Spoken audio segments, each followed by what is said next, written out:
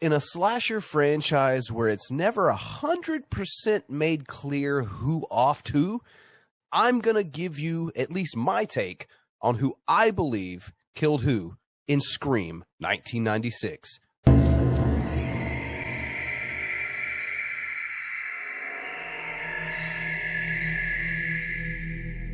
So this is something I've seen a couple of other YouTubers take a crack at, and I thought it was a great idea. It's something that I've put a lot of thought into myself over the years, especially knowing some of the more intricate details about how Wes thought about each of these killers and Billy and Stu. Some of the clues that are kind of left, delving into like maybe how they execute kills. Who would be more likely to be present in this scenario. A lot of things are taking into consideration, but I'm going to give you all at least what I think. Obviously, nothing concrete here. This is definitely not official, but as far as my feelings go, this is how it went down. So, of course, we have here, and I did include Maureen Prescott, even though her death takes place before, 1 year before the events of Scream, although I think it's pertinent here.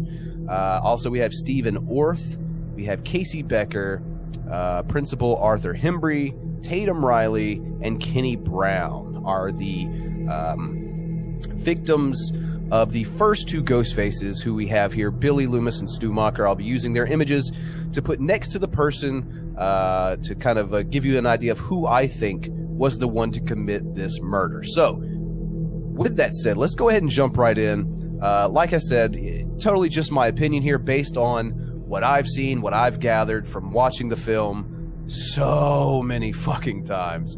And just, getting an idea for what Wes or Kevin or, whatever creative input thinks about it as well. So, starting with Maureen Prescott, personally, I'm going to say that it was not one or the other. And this is the only time on this list I'm going to say it wasn't one or the other. And I'm going to say that for a myriad of reasons. Number one, at midnight, in the third act of Scream, Billy says, "Congratulations, we killed your mom exactly 1 year ago today."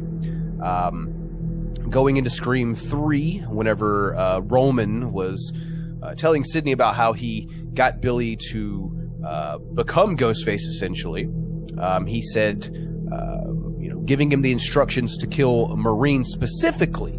None of these other people were a part of that plan. A lot of people forget that. He said to find a partner to sell out in case you get caught. That being said, I think it is more than obvious that not only did Billy Loomis kill Maureen Prescott, but I think it's also very obvious that Stu Macher did as well. I think both of them were there for this. I think both of them actively participated in murdering her. As you can tell, especially looking in the recreation of events in Scream 3, it looks like she was massacred.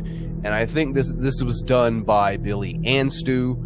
I don't think that the Ghostface persona had really been invented at that point in time. I think Maureen's death was, totally something, a crime of passion as far as Billy's concerned. And, kind of bringing up this whole Ghostface connotation really didn't start until a year later, at least the way that I read the film. So speaking of a year later, we jump ahead to the first actual on-screen death of the film. And we're talking about Stephen Orth here, who is Casey Becker's big, strong boyfriend who plays football, and he's going to kick our asses when he gets here. Unfortunately, that's not what went down for Stephen or Casey. And I have my ideas on who killed both of these opening kill characters as well.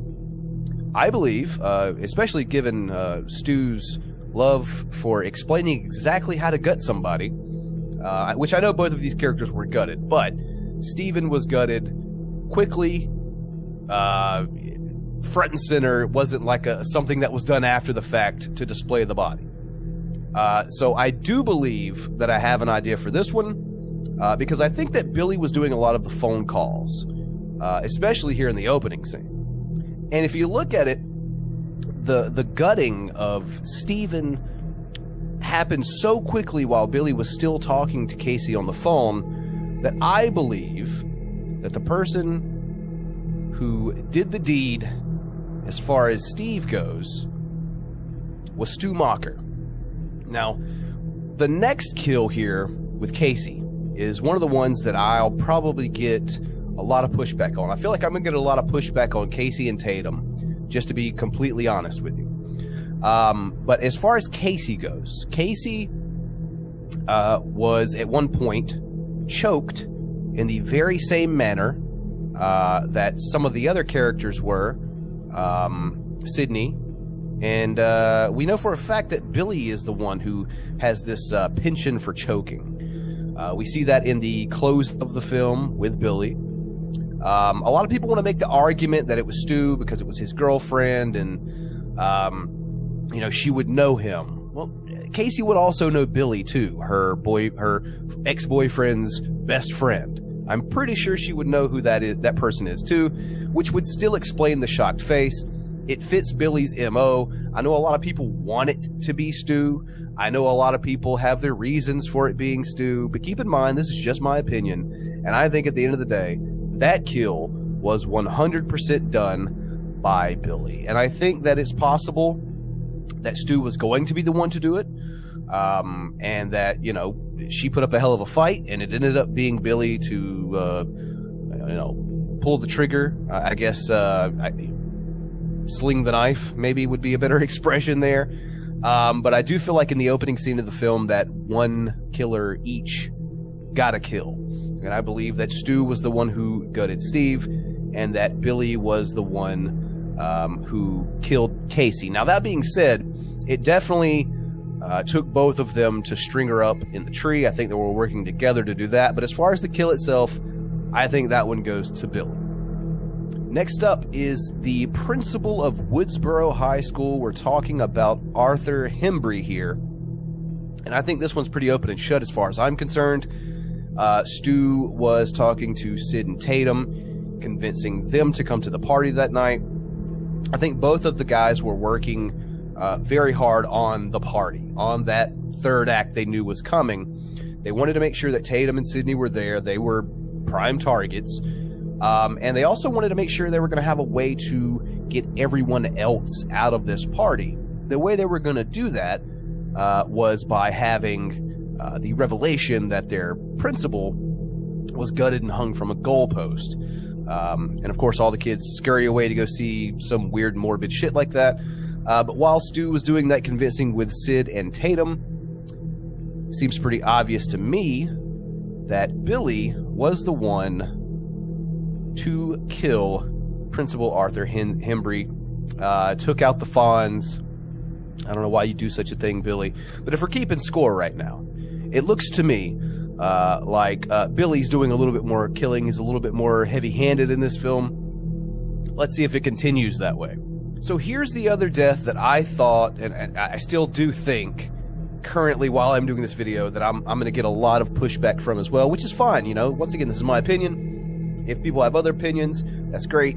I'm going to ask at the end of this video that everyone leave their comments down below anyway about who they think, you know, who killed who in this film. If you think I got something wrong, right, whatever you want to talk about it, drop in the comments. So as far as Tatum goes, it's always seemed pretty obvious to me that this was Billy. For the simple fact that Stu is hosting a party, he sent her to the basement to get the beer because he knew Billy was going to be down there. Now, how do we know that?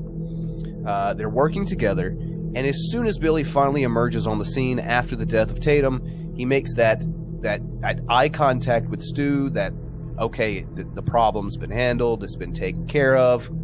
It just looks so obvious to me. Of course, not on the first watch, but years and years and years of watching this film, it seems very obvious to me, no matter how many times people want to spin it, or, you know, try to bring up delete footage that obviously isn't canon, which, you know, I get it. Some people want things to be a certain way. You know, my motto here is let people have fun. But I think that Billy was responsible for the death of Tatum as well. So looking at this thing here, in my opinion, the original film's very Billy heavy on the deaths. However, I'm not going to leave Stu as only having one solo kill here, that being Stephen Orth, because I also believe that when it comes to Kenny Brown, Gale's cameraman, a guy who doesn't get enough credit for being a really cool character, using his dying breaths to let Sidney know there was another way out of that van. And if he hadn't done that, who knows? You know, could have been GG no re for Sid there. But I think Stu is 100% responsible for the death of Kenny. Billy had just had his death faked upstairs.